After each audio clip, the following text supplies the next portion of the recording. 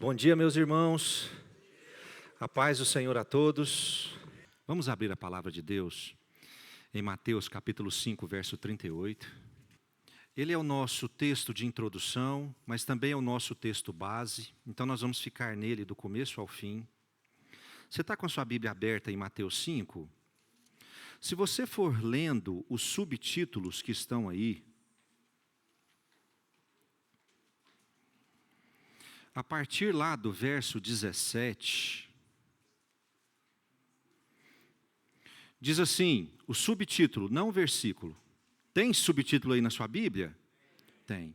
Acima do versículo 17, na minha Bíblia, está escrito assim: Jesus não veio revogar a lei.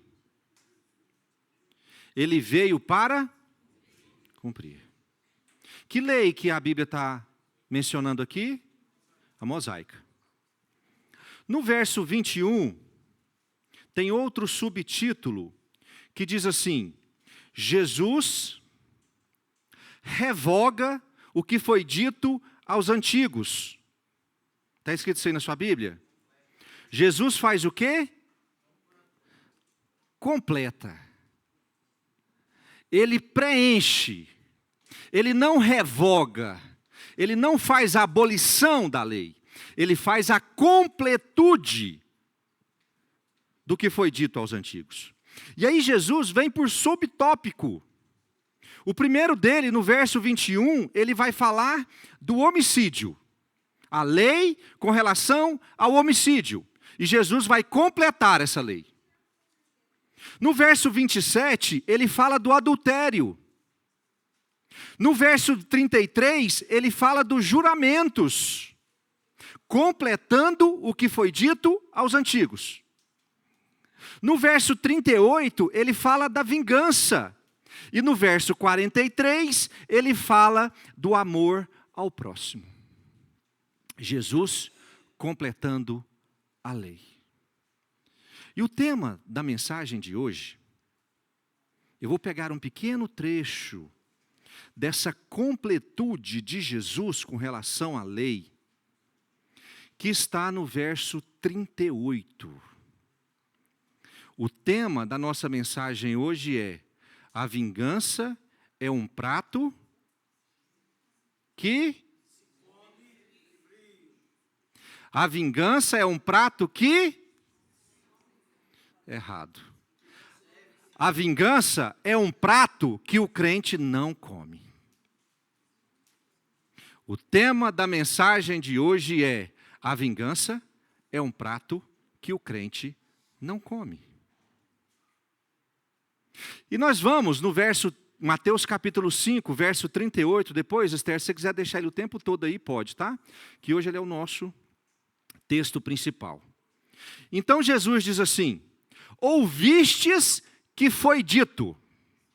Dito a quem? Aos antigos. Ele está mencionando a lei.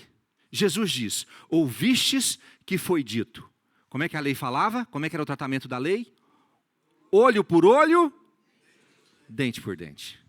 Lei da vingança. Se você tira um olho da pessoa, o que acontece contigo? O seu tem que ser arrancado. Se você arranca um dente de uma pessoa, se você tirar a vida de uma pessoa, ouvistes que foi dito, olho por olho, dente por dente. E eu gosto muito desse verso 39, pastor Daniel, que diz assim: eu, porém, vos digo. E agora? Ouvistes que foi dito aos antigos, mas agora eu, Jesus, porém vos digo. Quem tem mais peso para nós? Moisés ou Cristo? Vou melhorar então, para quem gosta de provérbios. Salomão ou Cristo? Quem tem mais peso? É Cristo. Ele não é o nosso mestre, o nosso Senhor? Então, aqui nós temos a questão, a dualidade entre a lei e a graça, ou a lei e o evangelho. E nós precisamos ter a consciência de que o que vale para nós é o Evangelho, é o que Cristo diz. Tanto que quando comparou, o próprio Cristo se comparou a Salomão, o que ele disse? Eis aqui está quem é maior do que Salomão. Cristo é a nossa referência. Então, o que foi dito a Moisés é importante, muito importante. Mas o que Cristo trouxe como completude é mais importante ainda. Estamos firmes nisso? Então é o que foi dito aos antigos, e agora Jesus dizendo, eu, porém, vos digo. E agora vem a pancada. Não resistais ao perverso, mas a qualquer que te ferir na face direita, volta-lhe também a outra. E ao que quer demandar contigo e tirar-te a túnica, deixa-lhe também a capa. Se alguém te obrigar a andar 1 milha, vai com ele 2 milhas.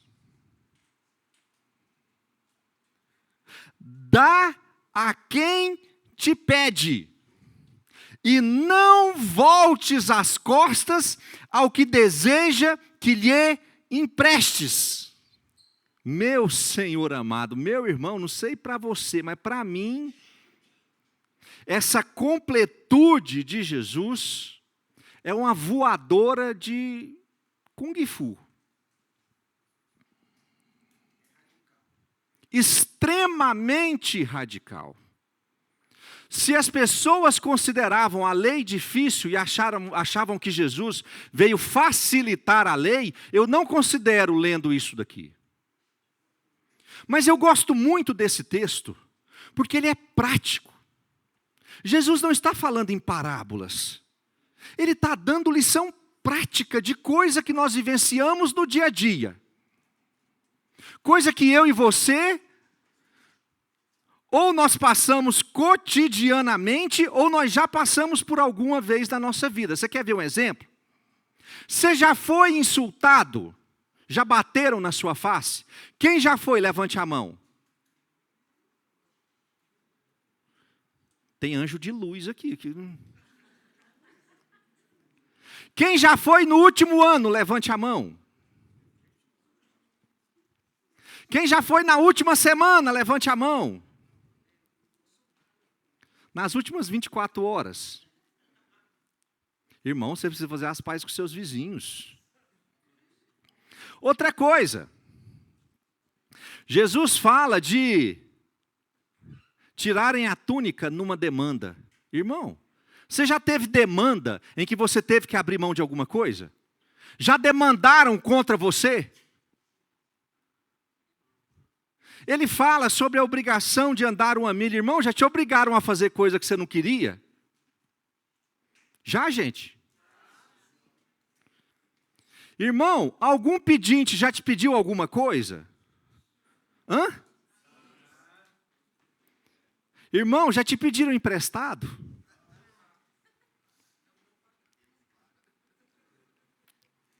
São coisas cotidianas que eu e você, nós passamos com certa frequência. Então eu gosto desse texto. Porque ele não precisa de uma interpretação muito longínqua. É cotidiana. Agora está aqui, não o que esperam dos seguidores de Moisés. Está aqui o que se espera dos seguidores de Cristo. Você é seguidor de Cristo? Isso aqui é para você. Isso aqui é para você. Eu quero dar uma viajada nesses 4 itens. Mas eu vou pedir a licença para vocês, porque eu quero viajar de frente para trás. Porque na minha humilde concepção, a ordem de dificuldade neste caso, ela está decrescente. Jesus começa do mais difícil para o mais fácil. E se você...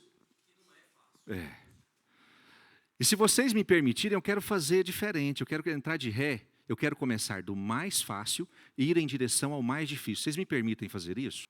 O último item que Jesus cita, Mateus capítulo 5, verso 42, diz assim: dá a quem te pede. Muitos consideram que esse texto é exclusivo para a questão do empréstimo, mas ele não é exclusivo para a questão do empréstimo. Ele é também abrangente à questão do dar esmola, a questão do dar a quem precisa. Por isso ele começa, dar a quem te pede. E depois ele continua, não voltes as costas ao que deseja que lhe emprestes. Nós precisamos entender como é que a lei funcionava na interação de dar ou emprestar. Deuteronômio capítulo 15, verso 7, está na tela. Diz assim: quando entre ti houver, lei mosaica, quando entre ti houver algum pobre de teus irmãos, em alguma das tuas cidades, na tua terra que o Senhor teu Deus te dá, não endurecerás o teu coração, nem fecharás as mãos a teu irmão pobre. Antes, lhe abrirás de todo a mão, essa é a primeira parte, e a segunda, lhe emprestarás o que lhe falta, quanto baste para a sua necessidade. Guarda-te, não haja pensamento vil no teu coração, nem digas, está próximo o 7º ano, o ano da remissão, de sorte que os teus olhos sejam malignos para com teu irmão pobre, e não lhe des nada, e ele clame contra ti ao Senhor, e haja em ti pecado. Livremente lhe darás, e não seja maligno o teu coração, quando lhe deres. Pois por isso te abençoará o Senhor, teu Deus, em toda a tua obra e em tudo o que empreenderes. Pois nunca deixará de haver pobres na terra. Por isso eu te ordeno, livremente abrirás a mão para o teu irmão, para o necessitado, para o pobre na tua terra. Está estabelecido a ajuda ao necessitado, na lei mosaica. Vocês viram ele citar aí o ano da remissão? Você sabe o que era ano da remissão? A cada 7 anos, as dívidas eram perdoadas. Não é, eu empresto agora, daqui 7 anos, ela vai ser perdoada. Como é que chama esse ato aqui de vencer? Prescrição. Não é que a dívida vai prescrever. É que a cada 7 anos, de acordo com o calendário hebraico, as dívidas eram perdoadas. Então, se você entrasse naquele ano com dívida com alguém, aquele ano era o ano da remissão, e a dívida era perdoada. Mas aí vinham os espertinhos, pastor Daniel. Quando chegava no 6º ano, 11º mês, aliás, não eram contados dessa forma, mas quando chegava no 6º ano, e no último mês daquele ano, você sabe o que acontecia? Geraldo, você me arruma um dinheirinho para eu poder cobrir a minha necessidade? As pessoas aproveitavam da proximidade com o 7º ano da remissão para pedir emprestado, porque no 7º ano a dívida era perdoada. E a lei vai falar justamente dessa questão com relação ao coração. A lei fala, não seja vil o teu coração de não querer emprestar quando se aproxima o ano da remissão.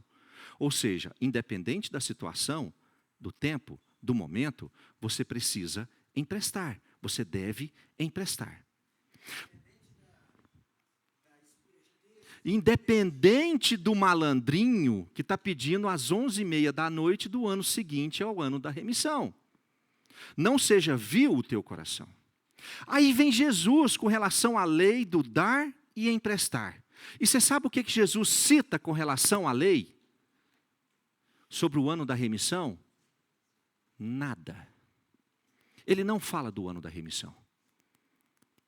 Ele não fala da possibilidade de você perder o seu empréstimo no ano da remissão. Ele simplesmente traz a ordenança: dá a quem te pede, e não volte as costas ao que deseja que lhes emprestes. Jesus amplia o princípio de dar ou emprestar. sem sequer citar o ano da remissão. Se há alguém precisando, doe. Irmão, se a lei estabelecia a possibilidade de perder por conta do ano da remissão, quer dizer que as pessoas eram mais solícitas a dar no primeiro ano, a emprestar no primeiro ano. Jesus não estabelece nenhum parâmetro de julgamento, então esquece o ano da remissão. Independente do momento, independente do tempo, independente do lugar, se alguém chega até você pedindo doação ou pedindo emprestado, você, como servo de Deus, precisa estar pronto para dar ou emprestar. Se alguém lhe pede emprestado e você tem condições de emprestar, faça o quê? Empreste. Pastor, mas tem um nome sujo no Serasa, tem uma lista de devedores gigantesca. Não considere. Você agora, com Jesus, na lei, você poderia até pensar em considerar o ano da remissão. Com Jesus, você não considera nada. Pastor, mas eu tenho motivos, razões, para não dar e não emprestar. Pastor, ele vai gastar com droga. Pastor, ele vai comprar bebida. Pastor, ele vai continuar sendo mendigo. Não foi dado a você a autoridade de julgamento. Você não é o juiz. Ah, você acha que a pessoa não é digna do seu dinheiro? E você, por acaso, é digno do dinheiro que Deus te dá? A condenação, o julgamento não te compete. Não te compete. Irmão, se chegou alguém pedindo, se é ano da remissão, se é para comprar droga, se é para gastar com bebida, e você tem condições, doe. Às vezes nós achamos que as pessoas, elas não são dignas do nosso dinheiro, mas eu posso te dizer com toda a autoridade, eu também não sou digno do dinheiro que Deus me dá. E mesmo assim, Ele continua me dando.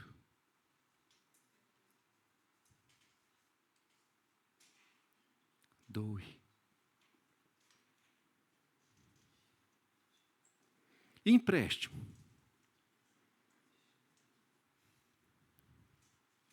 Vou falar isso, mas não é para ninguém pedir emprestado no final da celebração, não.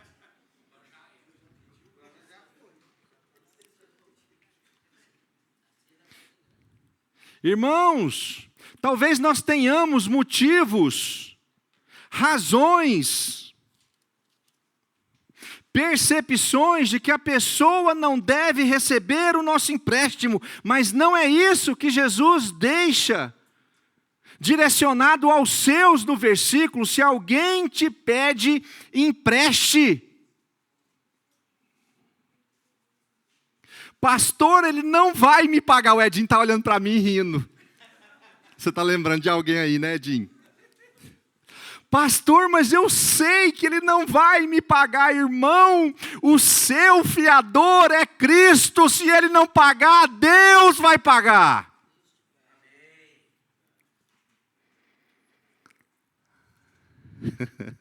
Pastor Daniel, depois o senhor olha para trás, o senhor vê a cara de assustado que está. Com relação a isso, Jesus um pouquinho antes, em Mateus, coloca para mim, Esther, aliás, Mateus não, Lucas 6, ele está falando também em Lucas sobre a mesma coisa, sobre a contradição, sobre a completude da lei. Lucas 6,34 diz assim: e se emprestais àquele de quem esperais receber, qual é a vossa recompensa? Se emprestais àqueles de quem esperais receber, qual é a vossa recompensa? Também os pecadores emprestam aos pecadores para receberem outro tanto. Amai, porém, os vossos inimigos. Tem gente que é amigo, mas depois que empresta vira o quê? Tudo bem, amai eles também. Fazei o bem, e se eles pedirem de novo, faça o quê?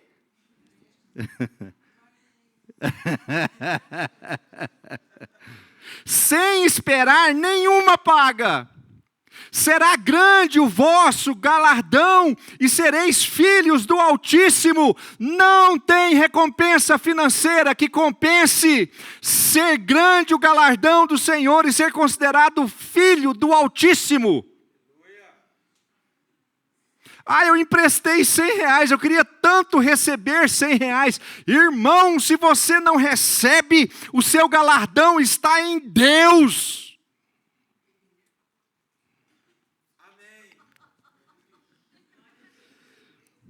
Senhor, me ajuda.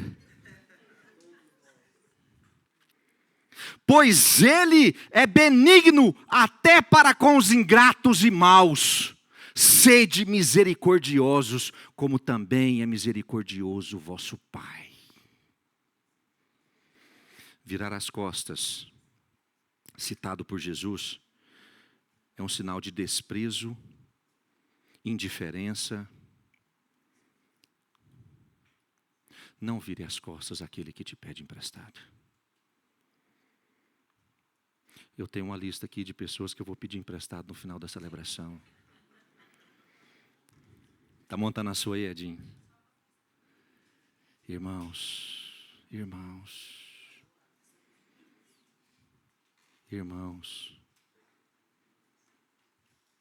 o seu fiador é Cristo. Vamos lá, porque hoje está difícil. Comecei pelo mais fácil. Vamos para o segundo, de trás para frente. Qual que é o segundo? Se alguém te obrigar a andar 1 milha, vai com ele 2. Quem sabe o quanto é 1 milha?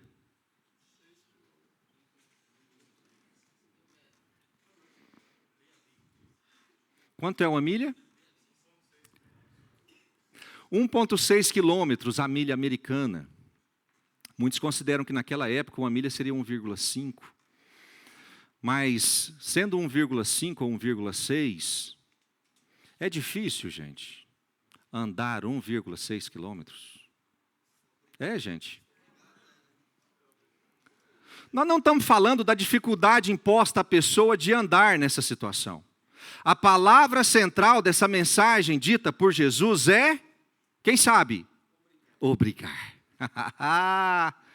Andar porque eu quero é fácil.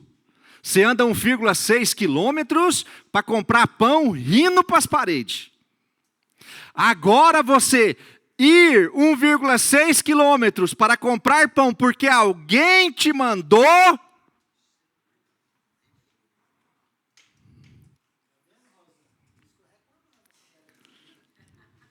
Como é que o pastor Daniel falava quando mandava ele comprar pão? Tudo eu.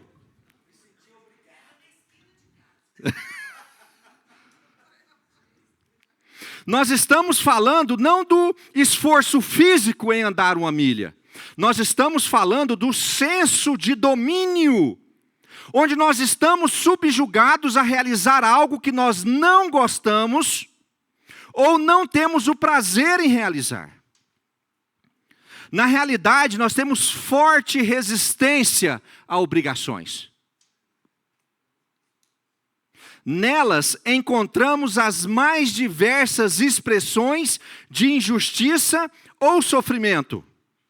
Tudo eu, de novo, eu não recebo para fazer isso, não é a minha obrigação. Junto do senso de obrigação, vem o senso de sofrimento. A obrigação, a força que a obrigação exerce sobre nós, ela cria dentro de nós um senso de sofrimento. Se eu acordar cedo todos os dias e andar 1 milha para comprar o pão porque eu gosto de pão, aquela caminhada até a padaria, ela vai ser prazerosa, porque eu estou indo porque eu quero ir, ou eu quero pão. Agora, se você tiver que acordar cedo todo dia, para ir na padaria comprar o pão, porque você recebeu a ordem da sua esposa, geralmente é a esposa que manda o marido, você recebeu a ordem de ir comprar o pão. Querido, é a mesma milha, é a mesma distância, é o mesmo caminho. Quando eu quero, aquilo é alegria. Quando eu sou obrigado, aquilo é sofrimento e dor. Estou falando besteira? O sofrimento para realizar a obrigação vai em muitas ocasiões limitar a sua execução. Minha mãe tinha uma frase muito verdadeira que ela falava sempre. Não, porque geralmente as coisas que a gente faz por obrigação, elas tendem a não ficarem absolutamente perfeitas. Elas tendem a dar algo errado na execução. Minha mãe falava assim, você sabe por que não deu certo? Porque você está com preguiça. Você sabe por que não deu certo? Porque você não quer fazer. Isso é verdadeiro, gente. Como é que você fala quando manda fazer alguma coisa? E minha irmã? E minha irmã? Ah, se mandar a Júlia, porque o Westfield nem tanto, mas a Júlia ela é mais Fernanda. Gente, a Fernanda está aqui porque ela está com dengue, depois mandou uma mensagem para ela. A Júlia, quando manda ela fazer alguma coisa, às vezes o irmão dela já fez 10 coisas antes dela. Se mandar ela fazer uma, o que é que ela diz, filho? E meu irmão? Ele vai fazer o quê? Você só manda eu. O sofrimento está envolvido e a execução fica comprometida. Quem faz por obrigação dificilmente alcança 100% de perfeição naquilo que está fazendo. Geralmente o 100% de perfeição é alcançado quando você faz com alegria e prazer. Na obrigação não. Quando o sofrimento entra, o comprometimento com o ideal fica mais difícil. Mas Jesus, Ele dá o remédio poderoso. Se alguém te obrigar a andar uma milha,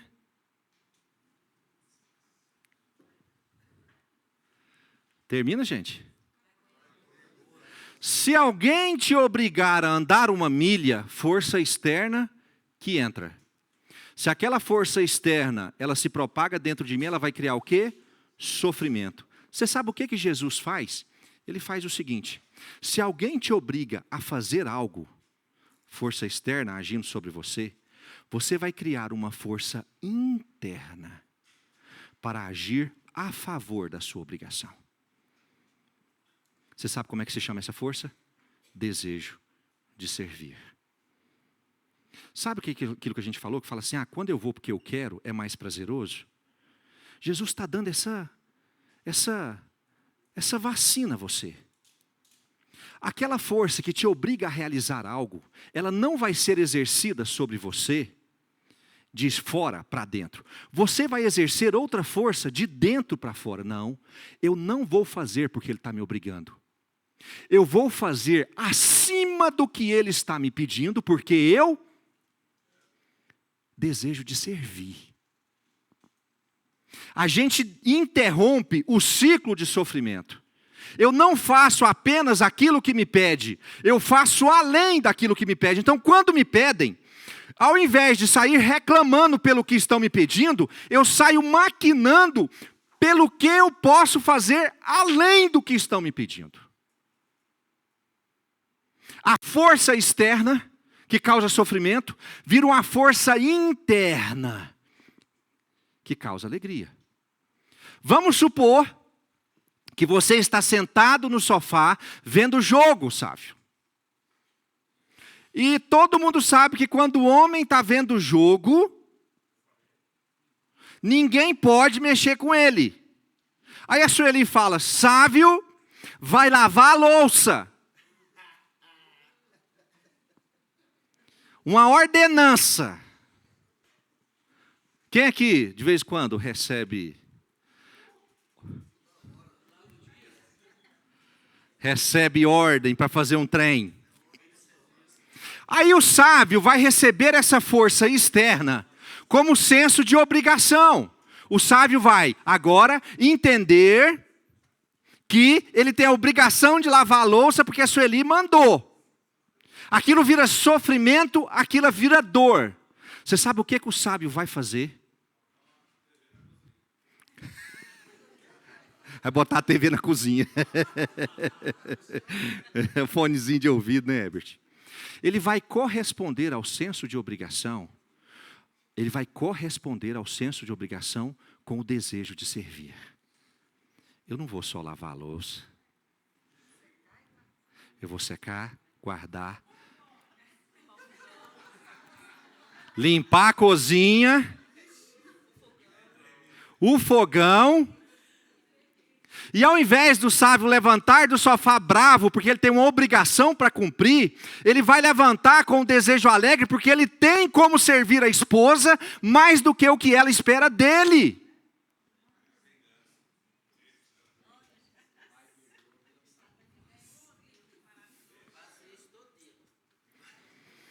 Tem gente que vive a vida profissional debaixo de sofrimento contínuo, porque só cumpre aquilo que te obrigam a fazer. Meu irmão, eu quero te desafiar amanhã. Chegue no seu trabalho pronto para entregar acima do que eles esperam que você entregue. Mas eu sou funcionário público.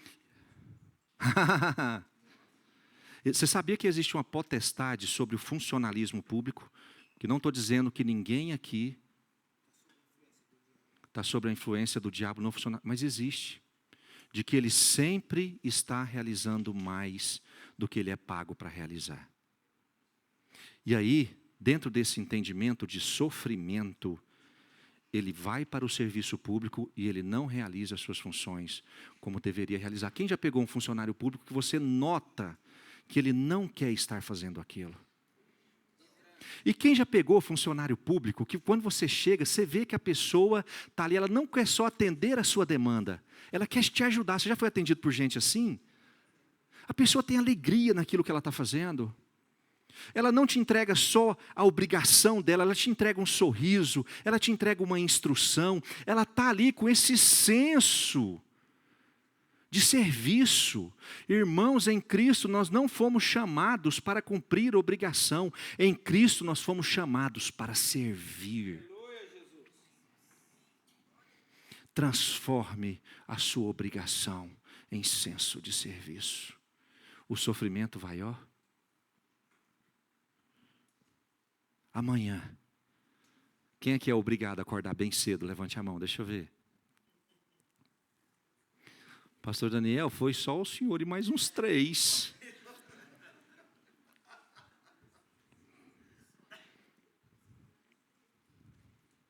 Irmãos, que amanhã, quando você acordar cedo para cumprir a sua obrigação, você desperte com um desejo, conforme Cristo pediu. Eu estou pronto para servir, não pedindo não fazendo o que me obrigaram. Eu vou servir com o meu desejo de fazer ainda mais. O meu patrão pediu para eu buscar pão e andar 1 milha. Eu vou buscar pão, manteiga, pão de queijo. No caminho eu vou pensando, o que mais que eu posso fazer de bem para atendê-lo melhor? O desejo ser interno, eu preciso servir com tudo que eu tenho.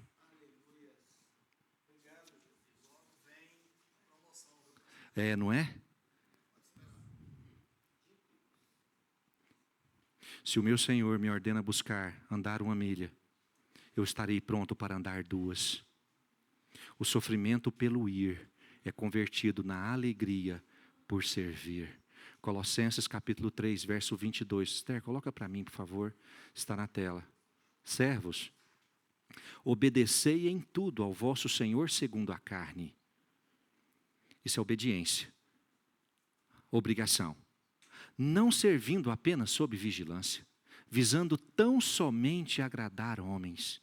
Agora olha que coisa maravilhosa, mas em singeleza de coração. Ele está falando para você, não é a força que vem de fora que te obriga a fazer, é a força que vem de dentro que te faz realizar, mas em singeleza de coração, temendo ao Senhor. Tudo quanto fizerdes, faça porque te mandaram fazer. Tudo quanto fizerdes, fazei-o de quê? Fazei-o de todo o coração. Como para o Senhor e não para homens, cientes de que recebereis do Senhor a recompensa da herança. A Cristo, o Senhor, é que estáis servindo. Eu adoro isso aqui. Porque se eu ando 1 milha, eu estou servindo quem? Quem me mandou?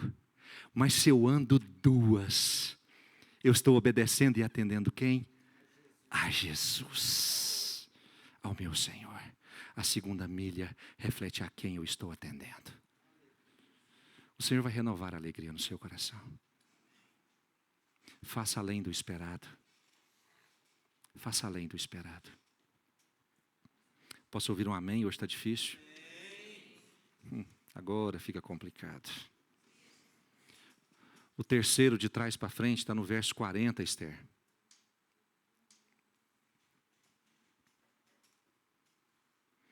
E ao que demandar contigo e tirar-te a túnica, deixa-lhe também a capa.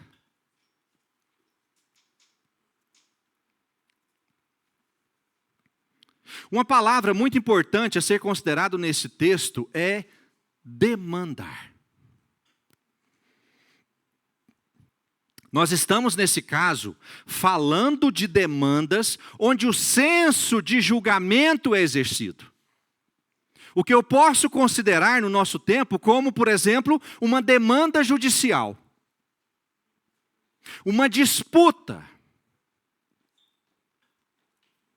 Nesse contexto, Jesus pede que se alguém reclamar judicialmente a sua túnica, ou se na demanda alguém pedir para que você entregue a túnica, ele está falando para você entregar a túnica e também entregar a capa. A túnica era uma vestimenta interna, longa, em forma de saco, feito de algodão ou de linho. A capa, ou alguns chamam de manto, era a grande vestimenta externa, em forma de cobertor. Ela era usada como roupa durante o dia e como cobertor à noite. Destas 2 vestimentas, a túnica e a capa, um judeu comum teria apenas uma delas. A maioria das pessoas tinha apenas uma, ou a túnica ou a capa. Dificilmente você encontraria pessoas usando as 2. A lei judaica permitia que a túnica, ou a lei de Moisés, permitia que a túnica de um homem pudesse ser penhorada. Quem sabe o que é ser penhorada? Tomada. Entretanto, a lei jamais mencionou que se tomasse a capa. Êxodo, Esther, capítulo 22, verso 26. Se do teu próximo tomares em penhor a sua veste, lhe a restituirás antes do pôr do sol, porque é com ela que se cobre, é a veste do seu corpo. Em que se deitaria? Será, pois, que quando clamar a mim, eu o ouvirei, porque sou misericordioso. A verdade é que a lei judaica não permitia a retirada da vestimenta de um homem em definitivo, porque ele precisaria se aquecer à noite. Jesus, porém, ensina que devemos abrir mão de nossos direitos e sofrer um dano ainda maior do que a própria lei estabelecia. Ele está falando que se numa demanda quiserem tomar a sua túnica, você entrega a túnica, mas para recusar o seu direito, você entrega também a capa. Nós vivemos num tempo onde as pessoas estão intimamente ligadas aos seus direitos. Tudo vira motivo para disputa judicial. Eu tenho direito, eu tenho direito, eu tenho direito. Sei que os advogados aqui presentes estão aqui me fuzilando com os olhos, mas calma. As pessoas se estabelecem hoje, pura e exclusivamente, em demandas, na capacidade de querer alcançar o seu direito, demandando com as outras pessoas. Entretanto, aquele que serve a Jesus precisa entender e aprender que um discípulo não é alguém cheio de direitos. Um discípulo é alguém cheio de deveres. Diga para a pessoa que está do seu lado. Se você quer servir a Jesus, prepare-se para não ter direitos. Prepare-se ainda mais para ter deveres.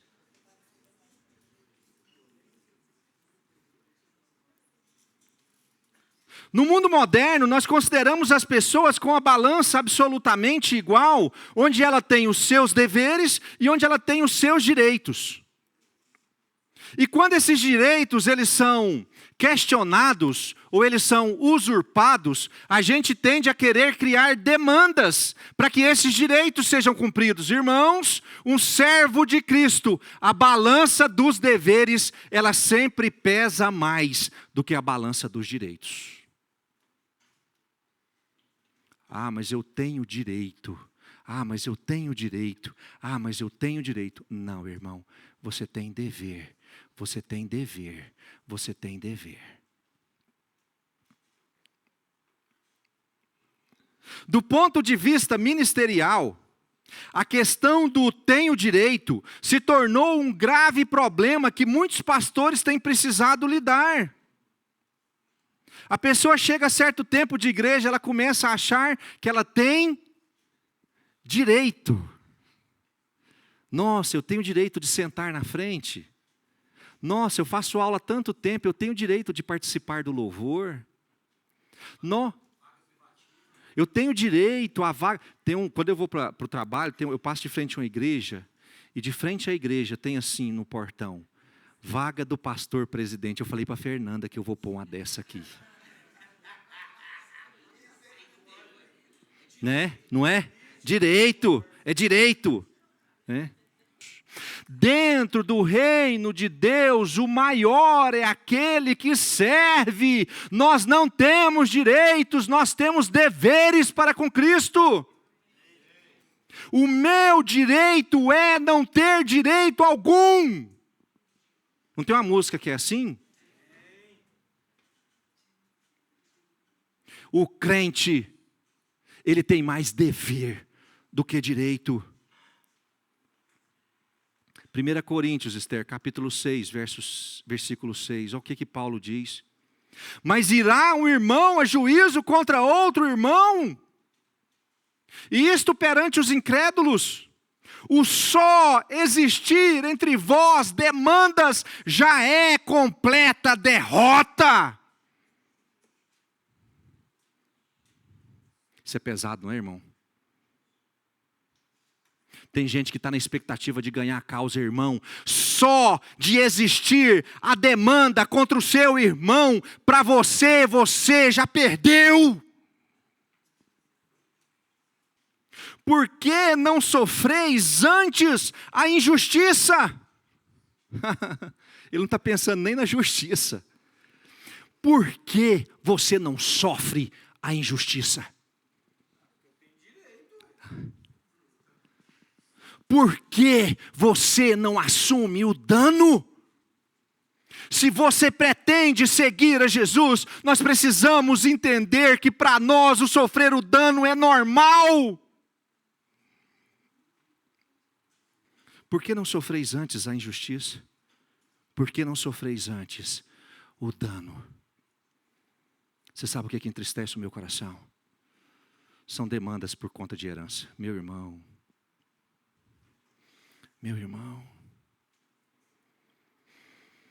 sofra o dano. Sofra o dano. Você está com raiva da pessoa porque ela pediu um empréstimo para você e nunca mais. A pessoa sequer conversou com você. Irmão, liga para a pessoa e fala, sua dívida comigo está perdoada. O mais importante é você andar comigo. Tem gente, pastor Daniel, por conta de coisas assim, passa anos sem conversar com o familiar. Anos e anos sem conversar com o familiar. Outro dia eu vi uma demanda de um crente com um vizinho, meu Senhor amado. Não, irmão, nós sofremos o dano. Nós sofremos o dano. Você quer seguir a Jesus? Você não tem direito algum, sofra o dano.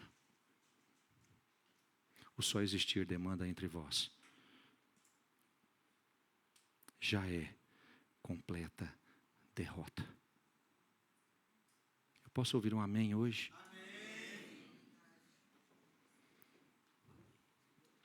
Precisamos estar prontos, não apenas para entregar a túnica.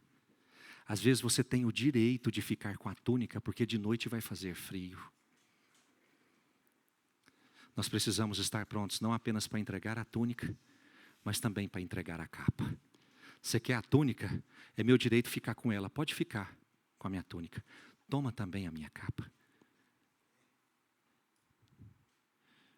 Sofrer o dano. Isso é seguir a Jesus. Sofrer o dano. E por fim, eu falei, né, gente, que ia ficando cada vez mais difícil, né? O primeiro ou o último de trás para frente, Mateus capítulo 5, verso 39. Eu, porém, vos digo, não resistais ao perverso, mas a qualquer que te ferir na face direita, volta-lhe também a outra. Quem aqui já ouviu crítica por conta desse versículo aqui? Você não falou que se apanhar tem que dar outra cara? Limitamos muito essa expressão quando entendemos que se trata apenas de agressão física. Irmãos, isso não é agressão física. Na realidade, porque eu já ouvi essa justificativa, tá? Pastor, eu devolvi a agressão porque ele não me acertou no rosto, ele acertou no peito. Aí quando ele me deu o murro no peito, aí não servia o versículo, porque ele não me deu na cara. Se fosse na cara, eu dava a outra. Na realidade, a agressão física é o que o texto menos se refere. Se fosse exclusivamente essa questão da agressão física, a usabilidade desse ensinamento seria bastante rara. Porque não é muito comum a gente tomar tapa no rosto. Não é, gente? Você toma tapa no rosto aí. Não é muito comum. Meu irmão, eu lembro quando a gente era pequeno, nós tínhamos um código de honra. Podia bater um no outro tanto que quisesse, mas ninguém podia acertar o rosto. E nós cumpríamos. Murro nas costas chegava a estralar. Mas no rosto ninguém batia. Não é muito comum a gente tomar tapa ou apanhar no rosto. Se pensar do ponto de vista prático, um destro que for bater em alguém, você é destro, você vai bater no rosto de alguém. Certo? Você vai bater em qual face dele? Na esquerda. E aí ele te dá a outra face. Você precisa bater com a mesma mão, que você quer intensidade, potência. Como é que você vai bater nele? Como é que é, gente? Você vai bater no outro lado, você bate como? Porque eu acho que é difícil, né? Melhor você... Em muitas culturas, inclusive na lei rabínica antiga, você bater com as costas da mão no rosto de alguém era duplo insulto. Quer dizer que você estava insultando a pessoa de verdade. Inclusive na lei judaica antiga, lei rabínica. Você bater com a mão era uma coisa, você bater com as costas da mão era uma afronta dupla. Algumas culturas até mudaram esse costume do tapa no rosto. Vocês lembram do francês? Como é que o francês fazia? Vocês lembram disso? Que coisa, que boiolagem, né, gente? Se ele queria gritar... Não, não é, gente. Aí ele...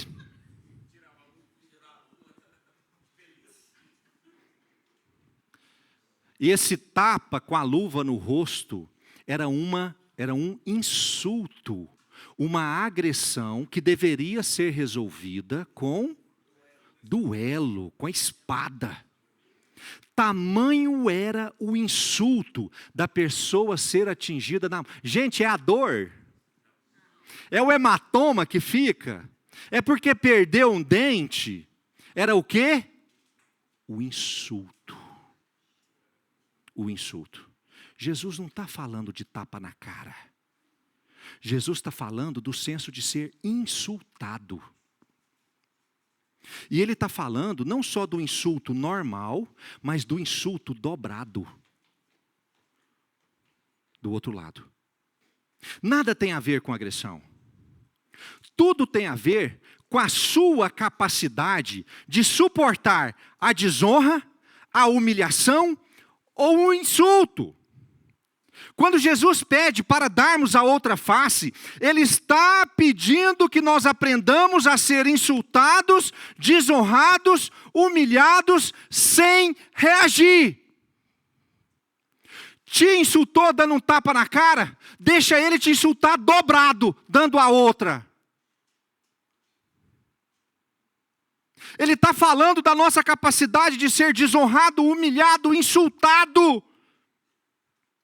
Tem gente que é puf, deu um tapa na cara, acontece o quê? Toma-lhe outro. Eu sou bom demais, mas se bater na minha cara, igual eu e meu irmão. Teve uma vez, eu não ia contar isso aqui não para não mostrar o tamanho da minha força. Mas teve uma vez que o meu irmão descumpriu esse código comigo. Nós estávamos brigando, murro nas costas. Eu e meu irmão não brigava demais. Aí esse dia ele me deu um murro no rosto. A hora que ele deu o murro no meu rosto, ele assustou, porque ele viu que ele tinha descumprido o código. E eu me senti extremamente ofendido. Você sabe o que eu fiz? Eu fui para cima dele e ele correu. Aí ele entrou no quarto, trancou a porta. Eu derrubei a porta.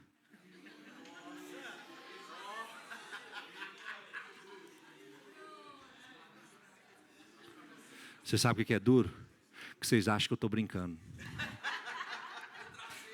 Essa porta nunca mais prestou. Até quando minha mãe vendeu ela. Rensga, né, filho? Aí quando eu entrei tomado de ira, ele estava no cantinho chorando. Gente, aí eu achei tão engraçado. Minha ira se foi. Mas tem gente que quando toca em determinadas situações, determinados assuntos, hoje as pessoas usam a questão do gatilho. Quando a pessoa usa o gatilho, eu perco a estribeira. A ordenança de Jesus para a sua vida, você quer segui-lo, é que você aguente o insulto, a desonra, a humilhação em silêncio. Precisamos aprender que um ímpio que agride, ou seja, ele insulta, ele dá o tapa, ele faz muito menos do que um cristão que reage ao ser afrontado. Um ímpio que agride, um que não é servo de Deus, quando ele agride, insulta, desonra, humilha, ele faz coisa menor do que um crente quando reage. Porque você não está afligindo não apenas a sua honra, mas a honra daquele a quem você serve. Então, se o inferno aplaude quando um ímpio agride, ele aplaude de pé, ele se levanta quando o crente devolve. Vocês conseguem ter essa cena do inferno? Está o diabinho. Bate, bate, bate, bate. Aí vem o filho das trevas e te insulta, te humilha, te desonra. Aí fica todo mundo em silêncio esperando a reação. E aí você faz o quê? Você devolve o insulto, a desonra e a humilhação, falando ou agindo. Aí o diabo se levanta de pé. O inferno se levanta. Que bom, que bom.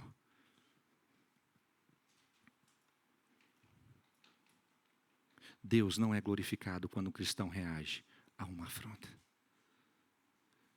Irmãos, nós glorificamos ao Senhor diante da afronta, em silêncio. Ah, mas eu preciso defender a minha honra. Ah, eu preciso defender. Não. Você precisa defender o seu testemunho. Você precisa glorificar ao Deus que você serve. Ele precisa ser glorificado, não a sua honra. Lamentações de Jeremias, capítulo 3, versículo 30, diz assim: dê a face ao que fere. Eu gosto dessa segunda. Farte-se da afronta. O Senhor não rejeitará para sempre.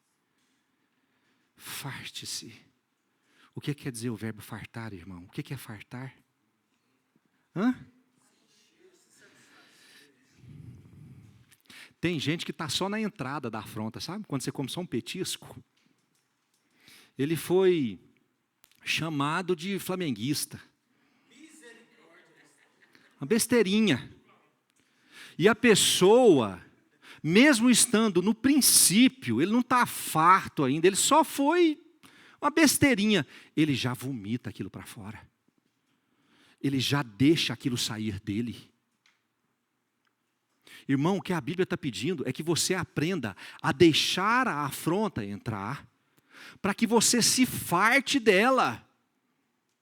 Só que tem gente, pastor Daniel, que acha que tem um estômago operado, e é pequeno. Meu irmão, você aguenta muita afronta, mas é muita afronta.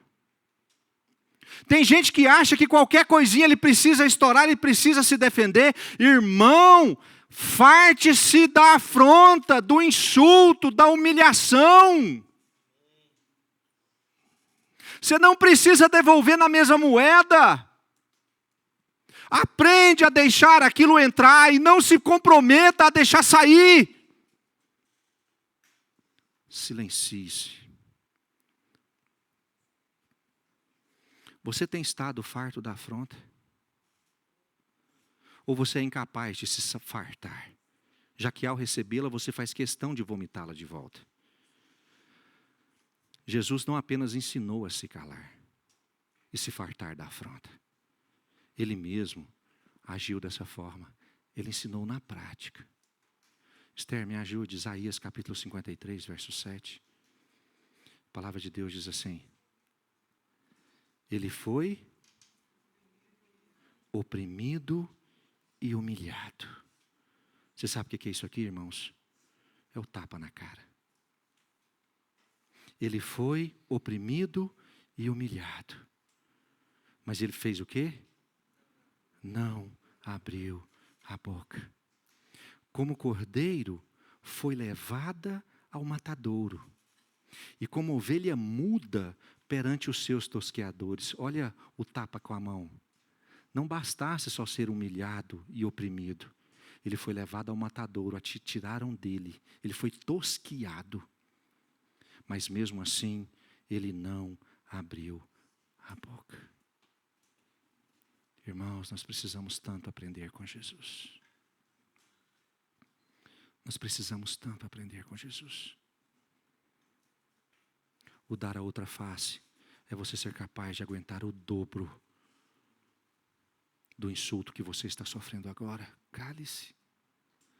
Mas aí Jesus foi recebendo aquela afronta, recebendo aquela afronta, recebendo aquela afronta. E a Bíblia fala para que a gente deve se fartar da afronta. Chegou uma hora, gente, que Jesus estava cheio. Ele já estava na cruz, as pessoas escarneciam dele, ele queria água, deram vinagre. Chegou um ponto de ruptura, um ponto de limite, ou seja, foi tanta coisa, tanta coisa, tanta coisa, que ele chegou no ponto de, sabe quando você está comendo assim, e você está farto, nada mais entra? Jesus chegou nesse ponto também. E quando ele chega nesse ponto, ele faz a questão de direcionar o esvaziar dele. Ele não vomita aquilo às pessoas que o estão humilhando e agredindo e insultando. Ele deixa aquilo sair para quem? Para o Pai. Olha que coisa maravilhosa. E aí Jesus, em alta voz, ele grita: Eli, Eli. Vocês lembram disso, gente? Eli, Eli, lama sabachthani, que quer dizer: Deus meu, por que me desamparaste? Você sabe o que é isso, irmãos? Esse é o grito de alguém que está cheio de humilhação, de insulto, de desonra. E alguém que está se esvaziando diante de Deus, meu irmão. Se você foi insultado, humilhado, desonrado, o seu lugar de deixar isso sair não é diante da pessoa, é diante do Senhor.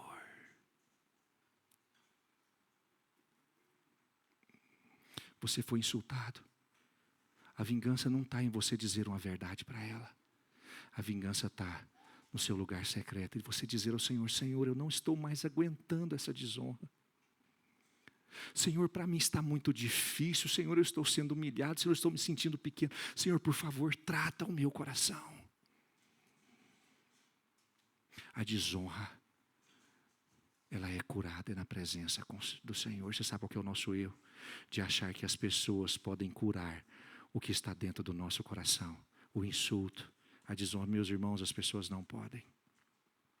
Você que foi insultado, não há nada que elas façam que possa curar o seu coração. Mas o Senhor pode. Mas o Senhor pode. Por isso é na presença dEle. E assim como aconteceu com Jesus naquele tempo, assim como Jesus ensinou, eu quero te incentivar hoje, você que tem sofrido insulto, desonra, humilhação. Você sabe o que Jesus quer dizer para você hoje? Cale-se. Farte-se. Deixe entrar. E você sabe o que Jesus está dizendo para você? Venha até a minha presença que eu vou curar o seu coração. É na presença do Senhor. Se você levar um tapa na face, dê também a outra.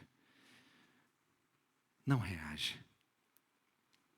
Às vezes queremos curar as nossas dores de afrontas passadas com as pessoas, nos vingando, falando e agindo contra elas.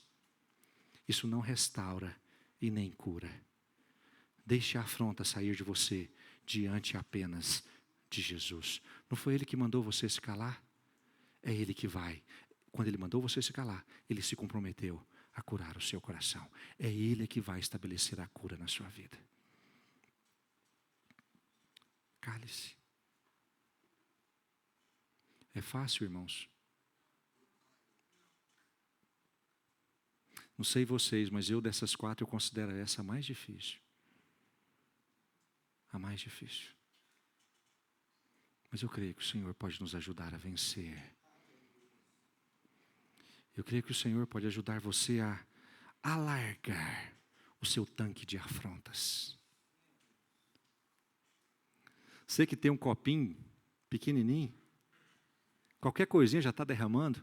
Eu creio que o Senhor, Ele pode aumentar, ampliar a sua capacidade de suportar.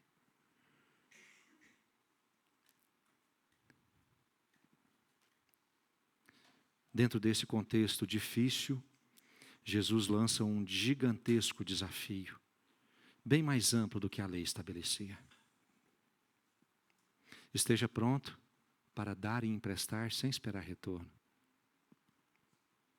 Sirva além da obrigação.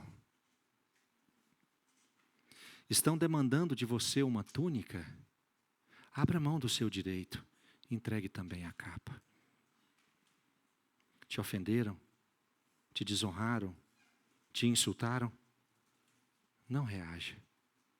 Perdoe e continue caminhando. Vamos ficar de pé. Seguir a Jesus nunca foi fácil, irmãos. E nunca vai ser fácil. Porque muitas vezes os desafios que Ele coloca diante de nós como pessoas, são desafios que a gente olha para eles e muitas vezes considera que a gente não é capaz de alcançar.